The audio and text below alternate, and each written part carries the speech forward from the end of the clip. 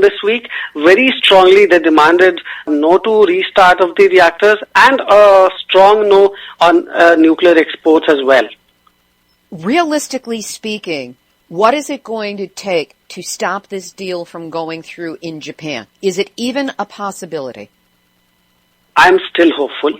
When I came here, I met a couple of MPs, Member of Parliament, and also officials in the Ministry of External Affairs.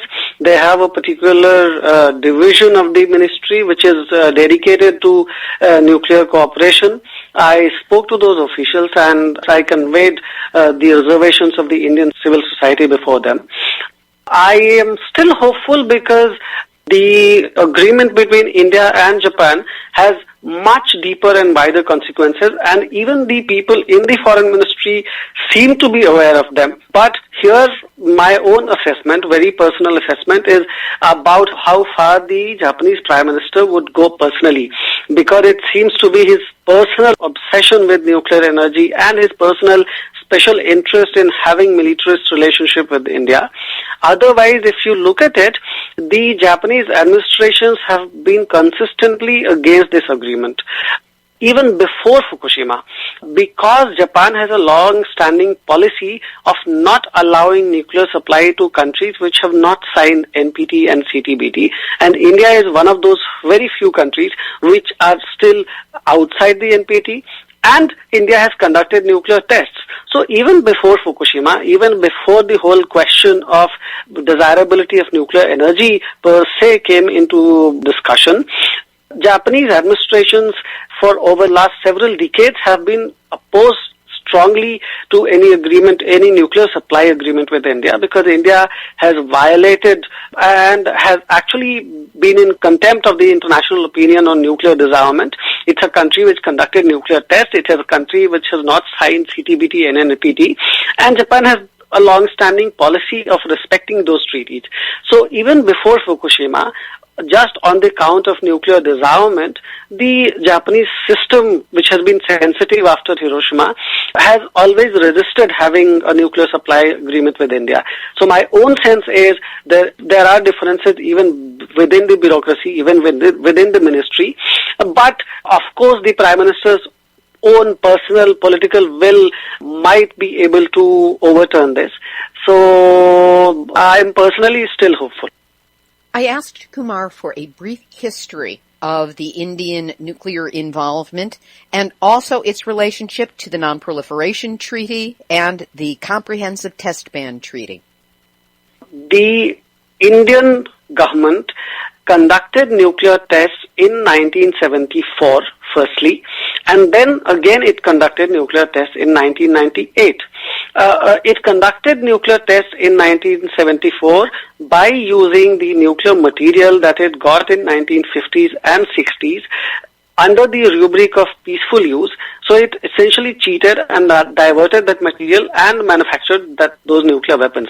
What happened was, after the 1974 agreement, there was a ban on India against supplying any nuclear technology to India by the entire international community, including US, Japan, and other countries. And this ban lasted for more than 35 years because India diverted peaceful nuclear, so-called peaceful nuclear material and technology for making nuclear bomb. What has changed in recent years is because the US, France, and other countries have an interest in the civilian nuclear reactor market in India, they have lifted that ban. Japan has still been reluctant because Japan has experienced Hiroshima and India has conducted nuclear tests. It has not signed the Non-Proliferation Treaty, the NPT, Nuclear Non-Proliferation Treaty, and CTBT, which is Comprehensive Test Ban Treaty. So, even before Fukushima, and even if you leave aside the nuclear energy question, just on the question of nuclear weapons, nuclear disarmament, Japanese policy so far has been strongly one of denial of nuclear supplies to India because India has conducted nuclear tests. So that has been one part of very strong opposition to any nuclear supply agreement to India. And Japanese system has been built like that for last more than 4 decades. So that is a resistance within the system, and I'm still hopeful that the officials, the ministry, and the differences here in the political system will prevent Japan from having an agreement with India. Essentially, I want to convey that this deal is bad for both reasons. A, because it is rewarding a country like India, which diverted material and still being rewarded even after doing tests. So it's a bad precedent for nuclear weapons and disarmament. So that's one stream of arguments against the deal. The other stream of arguments against the deal is that India is indulging in a massive expansion of nuclear energy. It's pushing and imposing these reactors on its people violently, and the other anti-nuclear arguments. And so the anti-nuclear energy arguments and disarmament arguments, there are two sets of arguments against this deal. There's another thing I wish to cover with you. You actually were able to get very close to Fukushima Daiichi, even though it is technically not allowed. How did you manage to get close, and how close did you get?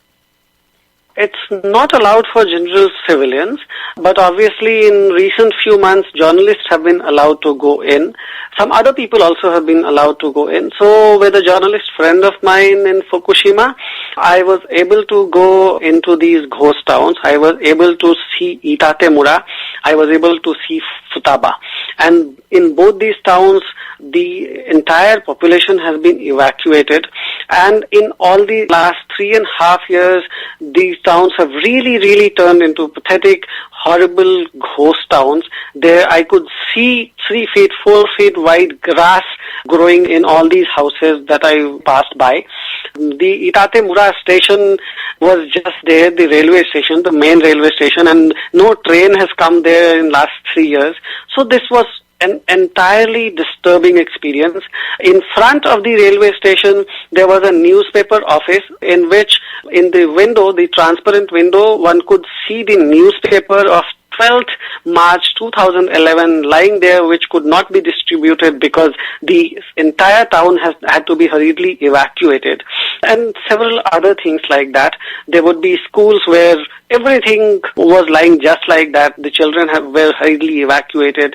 So all those pictures that I had seen seen from Chernobyl started haunting me, and it's a similar situation in Fukushima.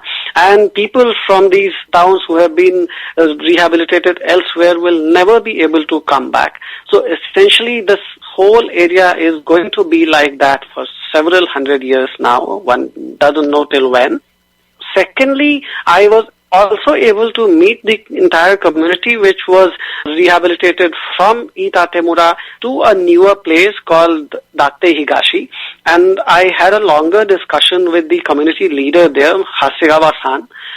He explained the whole trauma of being evacuated and still, after 3 years, not being able to find a proper way of life, proper life for the entire community.